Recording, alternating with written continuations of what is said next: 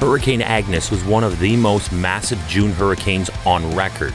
Hi, I'm Chris May, writer, producer, and host of This Day in Weather History, a podcast now in its second year from the Weather Network in Canada. The system strengthened into a tropical storm during the night of June 15, 1972, and a hurricane on the 18th. This day in weather history. Meteorologically, something seemed off as early as June 11th. Banded convection was first noticed in the northwest Caribbean Sea when a polar front dropped into the region from the northwest, kicking things into action. June 14th. As this front approached, a tropical depression formed over the Yucatan Peninsula and began moving eastward into the northwest Caribbean Sea. June 15th. The system strengthened into the first-named tropical storm of that year's Atlantic hurricane season and was designated as Agnes. June 18th. Tropical Storm Agnes became Hurricane Agnes as it moved northward in the Gulf of Mexico and was now heading toward the U.S. Gulf states. Eyeing the tri-state coasts of Mississippi, Alabama, and the Florida Panhandle, now as a hurricane, the system quickly weakened into a tropical depression as it moved through. Maybe we survived to see another day without incident? Wrong. On June 18th, is where Agnes morphed into a far more sinister weather event, when this now otherwise innocent tropical depression stopped making headlines a few days too early, it would seem in retrospect. Welcome to year 2 of this podcast.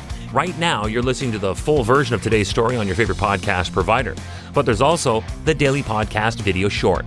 They're shot right here in my podcast recording studio, so you get that perspective, and oftentimes they will include visuals from that day's event from when it happened in weather history. So after listening to the full story, go check out the podcast video short on television or online anytime at theweathernetwork.com/weather history. June 20th, Georgia.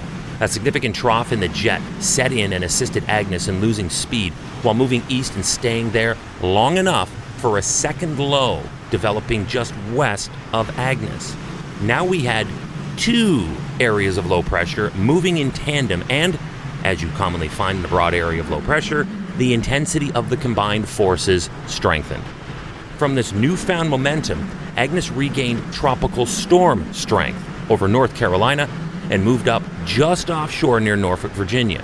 Further along the Atlantic coast of the U.S., Agnes became a strong tropical storm again offshore of New Jersey before it swung back inland near the western tip of Long Island, New York, becoming absorbed into the post-tropical low that was also over Pennsylvania.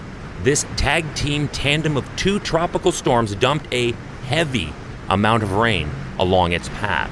And that was after Agnes seemed to at first whimper out after making landfall in the south as a hurricane.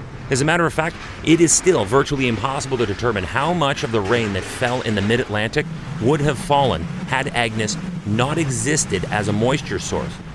But Agnes was likely a major player in the rain event that made this day in weather history.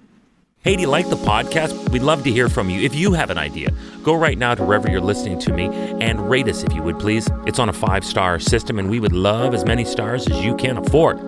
So rate us, but then also review us. This way we can always stay on top of how you'd like to see the show evolve. Then remember to subscribe to this podcast. Click the subscribe or follow button right there on the very same podcast homepage you're listening on. You'll be immediately reminded that the next day is ready to listen to, and you also have access to every episode in the archives. It dates back to June 1st of 2020, so there is a lot that we got to get caught up on this day in weather history.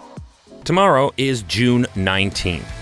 And on this day in weather history, we revisit a story that I remember vividly while covering it here on the Weather Network. The Calgary flood of 2013.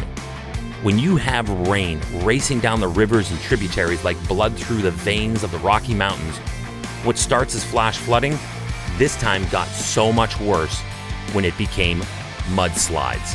To make sure you never miss a day in weather history, remember to subscribe to this podcast. It's free and easy. Then, where you can, I'd love it if you'd consider rating and reviewing what you listen to. This way, every episode gets a little bit better, and you never miss one. It's a win-win for everyone. Tomorrow is the Calgary flood of 2013. On this day in weather history, with me, your host, Chris May. See you tomorrow.